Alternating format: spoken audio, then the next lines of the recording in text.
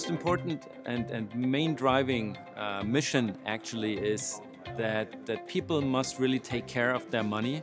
So it's a consumer-centric thought about it, that people really take care of their money, because if they do not do, somebody else will, which is not a good message actually. And we always wanted to create a bank and a platform that is supporting the people to do this in a exciting, in a positive meaning, exciting and entertaining and easy way, so that they can see money is fun, and together, if we collaborate, we have more money than if all of us stand alone.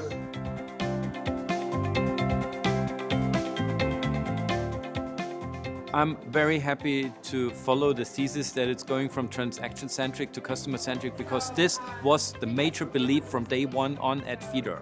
Why? For simple reasons, very easy to explain. First of all, once you acquire a customer for a lot of money out of web traffic and so on, and you want to keep that customer, you want to service that customer in the best way, you want to monetize the customer in the best way.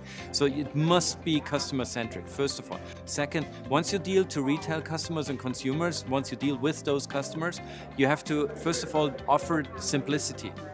Of course, that's UX on the one side, but this is also speed of process on the other side.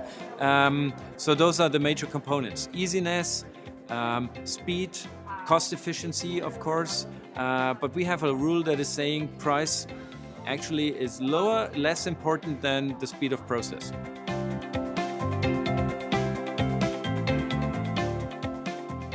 So my first answer would be actually contradicting this thesis, if I might do so. We know from brand studies that once you start as an incumbent bank talking to a customer, you have a net promoter score of -20 in comparison to a FinTech that is starting at a +10 in average. So that is a different perspective of looking at it. I think we have to add that. On the other side, of course, we absolutely understand at the same time that the relation of a customer to a bank is a love-hate relation. On the one side, you love the piece of security that is maybe delivered by a regulated entity. On the other side, you hate the attitude. Just one way of thinking or trying to get our hands around it. I think that fintechs have a huge opportunity to exactly sneak into this gap, but a lot of people will distrust the lack in sustainability. Another reason why we did our transaction with our French partners.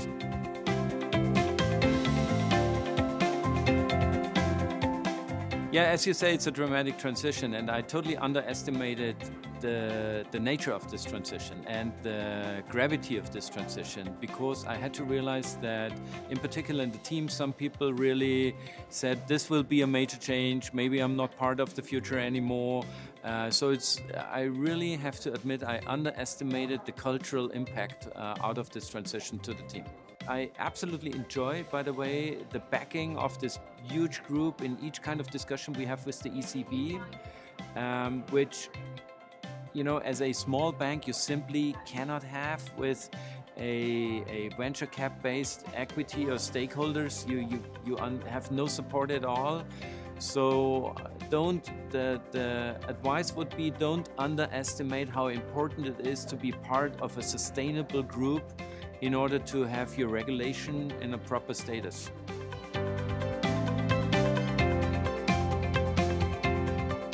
And this is why we created this 18 months ago. We started the beta phase, the open beta phase for Fidor Finance Bay, which is an open marketplace.